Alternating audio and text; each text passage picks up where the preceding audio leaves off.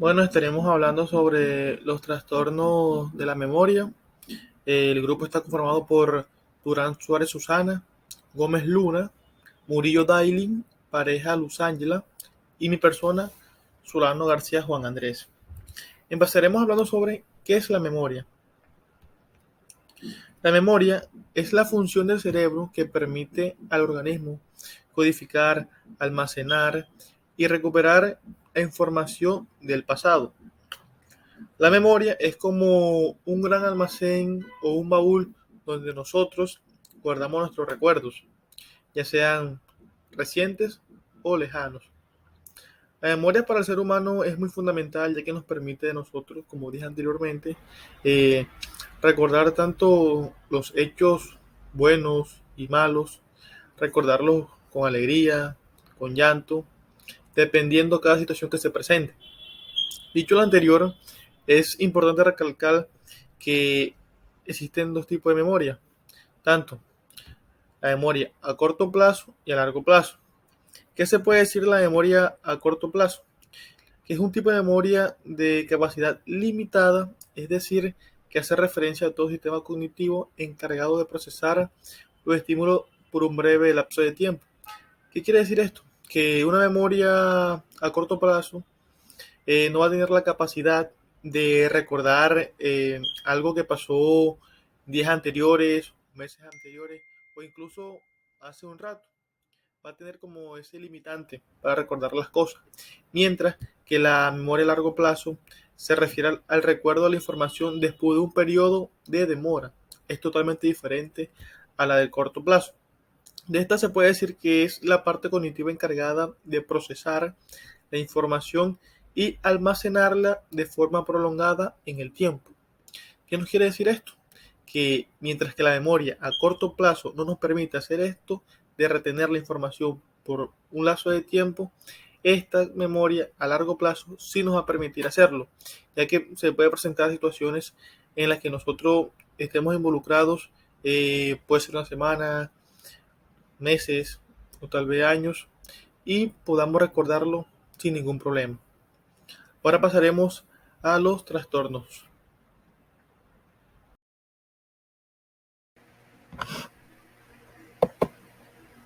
Bueno, seguidamente continuamos con otros tipos de trastornos de la memoria, el cual se clasifica en las amnesias. Las amnesias, pues al principio pues se decía que se refería a una pérdida global y completa de la memoria, pero en la actualidad pues se define como la pérdida total o parcial de la función amnésica, en cual el paciente va a presentar una incapacidad de retener o en el momento de adquirir o recuperar o evocar la información pues que se afectó después de haber tenido la lesión, lo cual impedirá que el recuerdo de adquisición de la información durante un periodo, sea temporal o permanente, pues no exista y no esté concreto o conciso. Les voy a explicar dos tipos de amnesias que son la anterógrada y la retrógrada. Como su prefijo lo dice, pues la anterógrada es la incapacidad pues que se tiene para aprender nueva información posterior a la lesión. Y pues esta se define como la incapacidad para aprender o retener los nuevos hechos que tengan lugar tras el acontecimiento, ya sea traumático, si por lesión, sea el factor que haya causado pues esta patología. Al igual el paciente que presente este trastorno va a ser incapaz de retener la información, este, ya que pues esta afecta una amplia gama de aprendizajes, especialmente a la que tiene que ver con las modalidades específicas como la visual, visoespacial o la verbal, lo cual nos va a diagnosticar que la recuperación de este paciente va a ser bastante eh, lenta, y el déficit que se va a presentar al momento pues, de adquirir nuevas cosas también va a ser un poco más difícil al momento pues, de querer aprender nuevas cosas. El otro tipo de amnesia que le voy a hablar pues es la amnesia retrógrada, la cual se define por la incapacidad de recuperar información que había sido almacenada previamente al inicio del trastorno, ya sea por un traumatismo, como le dije anteriormente, algún shock físico o psíquico o que haya sido causado por alguna enfermedad.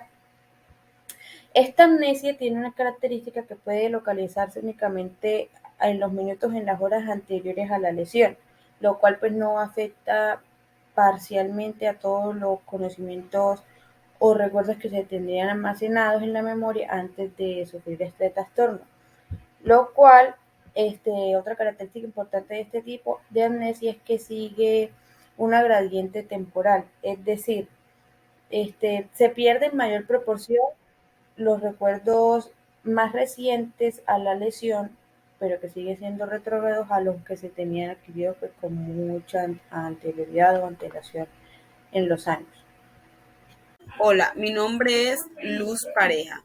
Continuamos con los trastornos de la memoria. Amnesia lacunar. Se denomina también amnesia localizada, ya que se trata de una pérdida de memoria parcial que abarca un periodo de tiempo concreto. Es decir, que produce una pérdida o disminución de conciencia, como el estado de la coma o la confusión. Amnesias afectivas. En esta categoría incluiríamos las mermas de memoria que se relacionan con situaciones con marcadas carga o repercusión emocional. Se va a ver reflejado un nivel de ansiedad y un estado de ánimo. Formas clínicas de amnesia. Síndrome amnésico. Los pacientes con un síndrome amnésico puro presentarán una capacidad intelectual inalterada. No van a tener alteraciones en la atención, en el lenguaje, en la percepción, en las habilidades motoras o sensoriales. Bueno, continuando con los trastornos de la memoria, podemos resaltar la anamnesia global transitoria, pues como tal es un episodio agudo que constituye la pérdida de la memoria, caracterizado como tal por la instauración súbita pues, de una importante anamnesia anterógrada, a la que pues se le puede asociar un grado de déficit en la memoria retrógrada. Pues aparece generalmente pues de una forma repentina y presenta una duración que oscila durante varias horas hasta máximo un día, aunque la mayoría de los episodios tienden a durar entre 2 y 12 horas. Pues esta amnesia no presenta alteraciones del nivel de conciencia ni en la conducta como tal, pero en la exploración puede la persona sentirse un poco confusa o desorientada, puede preguntar varias veces dónde se encuentra, con quién está hablando, se puede sentir ansioso o asustado. Todo esto se le atribuye como tal al síndrome amnésico. Y aunque su etiología pues se desconoce, se resaltan posibles factores etiopatológicos como lo son la isquemia, la epilepsia y la migraña.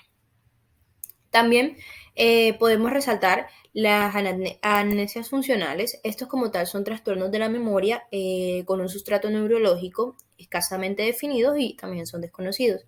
Pues estos trastornos se pueden presentar a cualquier edad, desde la infancia hasta la adultez. Y la duración de estos episodios de amnesia pueden comprender durante minutos o muchos años. Aunque es frecuente que pues la resolución del cuadro sea rápida en horas o en minutos. Además, la manifestación primordial en la mayoría de los individuos es la presencia de lagunas de memoria retrospectiva. Luego encontramos las hipernesias, pues estas se definen como un aumento anormal para la capacidad de memorizar las cosas. Es un fenómeno pues menos frecuente y menos estudiado que la amnesia, que no siempre debe considerarse patológico como tal. Se puede distinguir esta pues entre hipernesias permanentes e hipernesias pues breves. Esta se trata de que se trata de personas con una inteligencia normal o superior que pueden utilizar pues procedimientos mnemotécnicos elaborados para. Por otro lado, también es conocido el caso de sujetos que ya sea pues poco escolarizados o en otros casos con algún tipo de debilidad mental, que se han denominado clásicamente los idiot savants. Por último, las paranesias, pues se trata de distorsiones o pues errores en la memoria como tal, como resultado pues de introducir detalles falsos, emociones erróneas o pues descontextualizar el recuerdo. Esto puede aparecer tanto en población pues en una persona normal como también puede ser de una naturaleza patológica. Y pues globalmente se distingue en paranesias del recuerdo y paranesias del reconocimiento. Entonces, bueno, partiendo de que las paranesias son una alteración de la memoria que se caracteriza por la distorsión del reconocimiento o de los recuerdos, vamos a encontrar que pues hay dos tipos. Primero, la paranesia del recuerdo. Bueno, esta se habla como de un tipo de distorsión del recuerdo, así como lo indica su nombre, en el que va a incluir las transformaciones o cambios ideativos que el sujeto hace de situaciones que ha vivido anteriormente. Es frecuente que en esta rememoración de los acontecimientos vividos se modifiquen aspectos o matices que distorsionan el recuerdo original. Entonces, dentro de estas paranesias del recuerdo, se habla de que existe una gran distorsión de la vocación o del recuerdo. Y que sería, en ellas vamos a encontrar la confabulación y la pseudología fantástica. Cuando hablamos de la confabulación, se reserva para describir aquellas falsificaciones del recuerdo que se producen en pacientes con síndrome anamnésico. Mientras que si hablamos de la pseudología fantástica, habla como de un relato incontrolado, de historias inventadas o que son muy fantasiosas, que el sujeto expone ya a creerse, considerándolas como experiencias sensoriales que ha vivido de forma real. Cuando hablamos de las paranesias del reconocimiento, estamos haciendo referencia de distorsiones del reconocimiento, en donde se destacan los fenómenos de déjà vu y el jamais vu. Cuando hablamos del déjà vu, se dice que es un fenómeno de tener la seguridad de que la experiencia sensorial que estamos viviendo en el momento se ha experimentado en el pasado. Mientras que el jamais vu es como aquel fenómeno que hace referencia a que una persona tiene la sensación de no reconocer una situación, una palabra, una persona, un lugar, por ejemplo, pero que las personas de su alrededor contradigan de que racionalmente debería resultarle como familiar o reconocido para esa persona.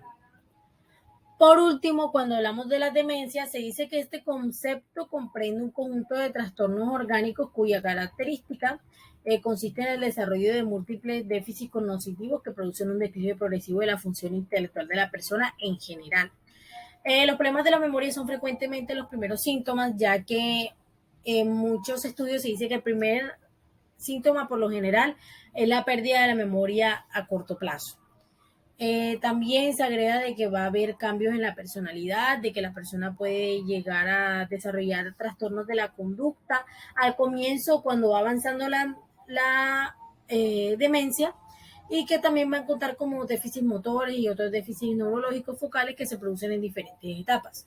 Obviamente, pues teniendo en cuenta el tipo de demencia que pueda tener la persona y el progreso que tiene esta. Muchas gracias.